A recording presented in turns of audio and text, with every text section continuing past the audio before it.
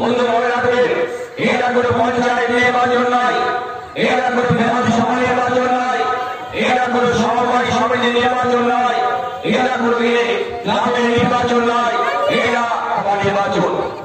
যে নির্বাচনের মাধ্যম নিয়ে ভারতবর্ষ কোন দিকে পরিচালিত হবে, যে নির্বাচনের মাধ্যম নিয়ে ভারতবর্ষে একটা স্থায়ী সরকার গঠিত হবে কিনা, যে নির্বাচনের মাধ্যম নিয়ে ভারতবর্ষের অর্থনীতি কিভাবে তৈরি হবে, যে নির্বাচনের মাধ্যম নিয়ে ভারতবর্ষের সুরক্ষা বলয় কিভাবে তৈরি হবে, যে নির্বাচনের মাধ্যম নিয়ে ভারতবর্ষের পররাষ্ট্রনীতি কিভাবে তৈরি হবে, তাই যে নির্বাচনের মাধ্যম নিয়ে সারা বিশ্বে ভারত কিভাবে অবস্থান করবে, সেই ধরনের এক নির্বাচন।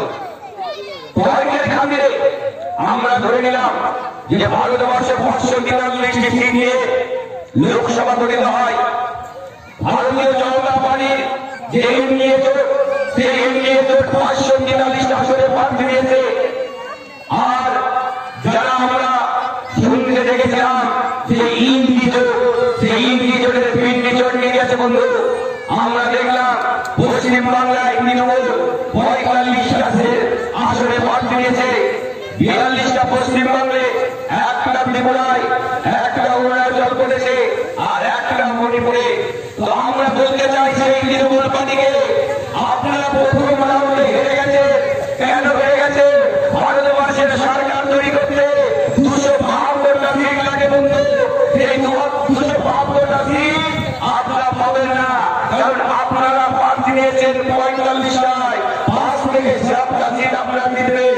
আর প্রধানমন্ত্রীর জন্য আপনারা স্বপ্ন দেখছেন বন্ধু।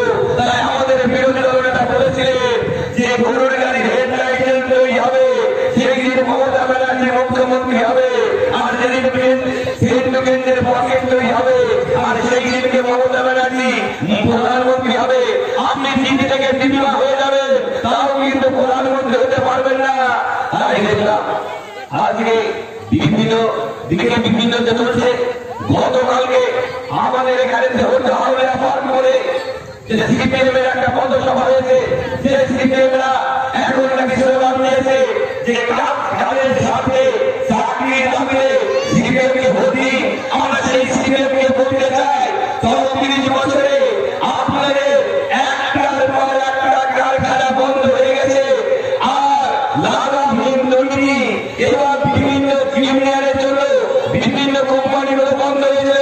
তখন আপনাদের এই স্লোগান কোথায় ছিল বন্ধু? তখন আপনারা বলেননি।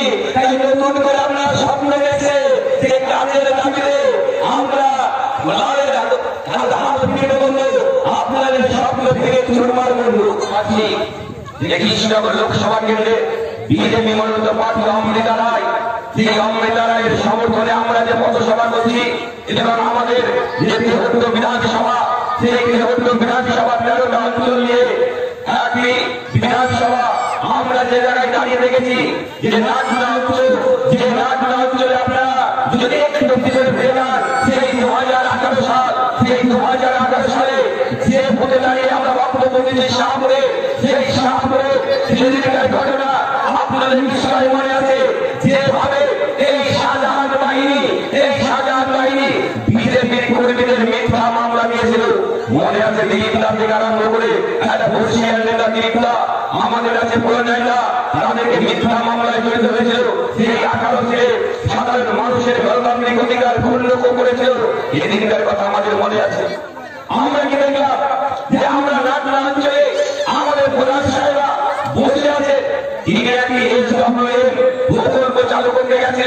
সেই এসডব্লিউএম প্রকল্প চালুর জন্য এখানকার শাহজাহান বাহিনী তার প্রকল্পটা চালাতে হয়, তার জন্য সেই প্রধানকে হেনস্থা করেছিল বন্ধু।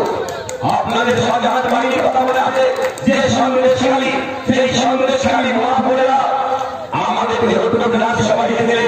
আমরা সেই বৃহত্তর বিধানসভায় সন্দেশকারী মহাপুরেদের খুব কাছ থেকে আমরা তাদের বক্তব্য শুনেছিলাম, যে রাত 12টার সময় পিঠে বানানোর গল্প আমরা শুনেছি।